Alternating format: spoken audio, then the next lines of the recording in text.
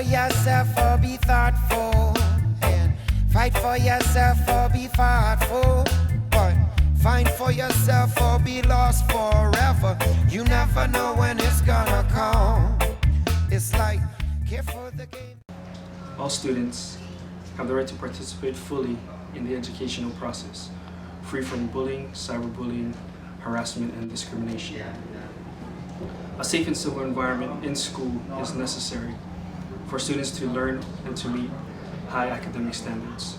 Bullying, cyberbullying, harassment, and discrimination, like other disruptive or violent behaviors, are forms of conduct that disrupt a student's ability to learn and a school's ability to educate its students in a safe environment.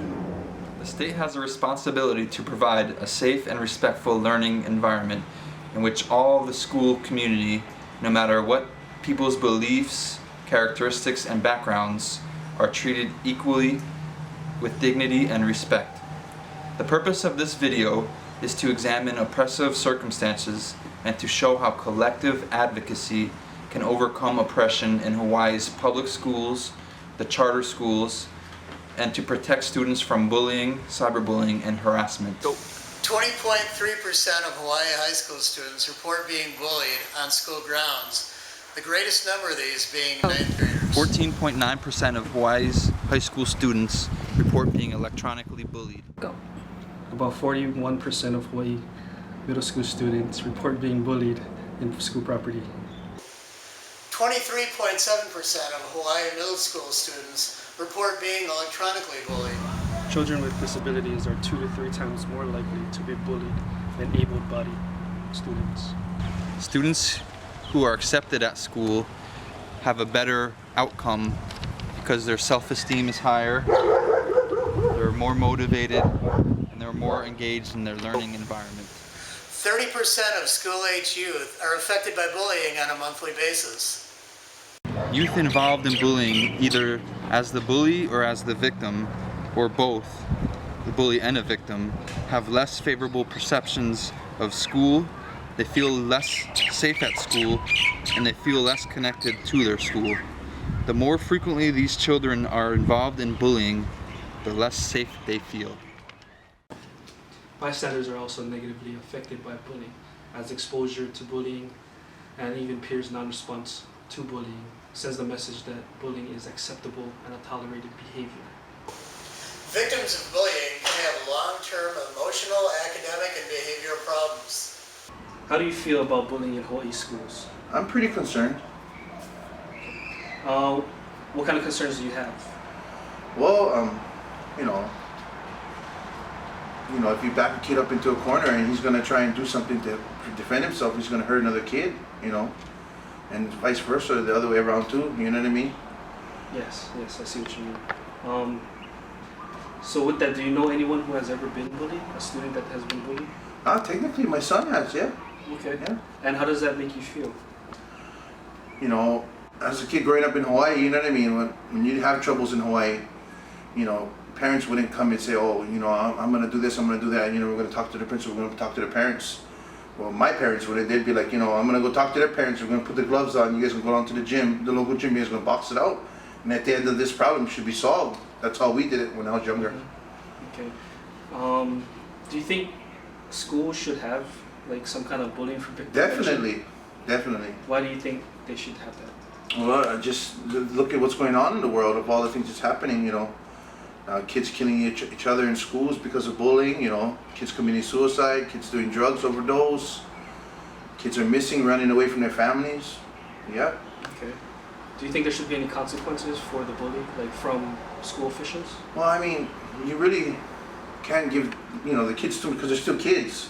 So there's really no real consequence you can give them but what they want out of school, suspension.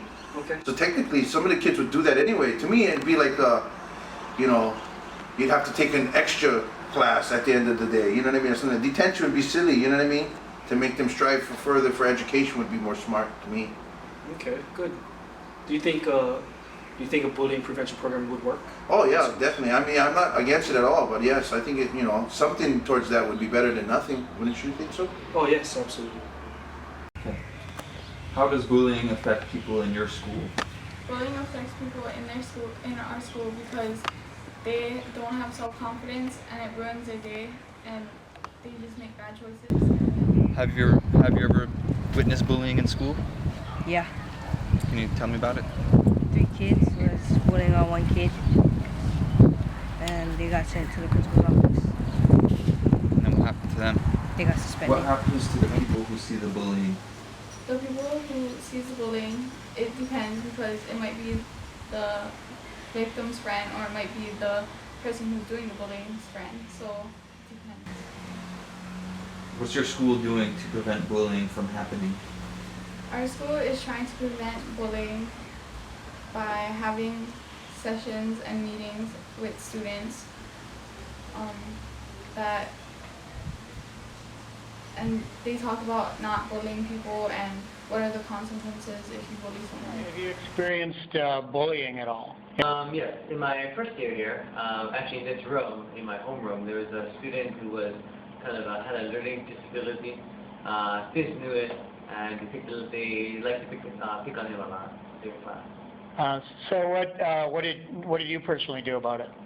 Well, I did talk to the counselor about it, and Okay. the counselor, because the school has an elementary, middle school, and high school, the counselors were already well aware of it already, so they were working with the child individually, but then they gave me some tips to do in class to help him out. Okay, so what kind of policy does the school have? The counselor department usually takes the lead role in dealing with these problems. They also advise us, for example, like if for the students who do have a learning disability, to advise us on like how should we like that should be in the front, or a little more time on tests and things like that. So usually the counselor part who kind of takes control. That talks with the parents, communicates with them, make sure that they're being taken care of. Okay, great. Are there any programs that the school does? Do they do any kind of formal things with the student body as a whole to address bullying? Every student signs a handbook agreement, and inside it does talk about bullying, and they do have to sign it to show that they have understood and they know about the issue. But there's no formal presentation or such like that that the student body receives. Educator, what are your thoughts on bullying? And I think things have changed, especially with technology. With more and more students having cell phones and more people uploading personal information on the internet, some of the students who are tech savvy and know how to use it still are developing, are still maturing, and they're still developing what things should I put up there. Allow them to realize it. And actually in this in-service we learned about sexting, which is kind of a new thing. And the legislature has legislation on bullying, but they have nothing on sexting yet. And I think that's a new thing that's developing. And I think as that becomes poses more of a risk, I think the legislators need to do something about that as well. So I think technology more outside the classroom, we need to be Reducing violence in schools is a major concern of educators, parents, and legislators. Violence manifests itself in numerous ways, and there is growing evidence that low-level or underlying forms of violence have a profound effect on their learning environment in any given school. Bullying is the most prevalent form of low-level violence in schools, and if left unchecked, can lead to deadly and even more dangerous forms of violence. As citizens of Hawaii, we must all do our part to prevent bullying in schools. Improving the schools and communities is a shared responsibility. Bullying is not just a school problem. Families, friends, and the entire community needs to work together to prevent and curb bullying. Support the Safe Schools Act. Let's all ensure that our keiki can learn in a safe and healthy school environment.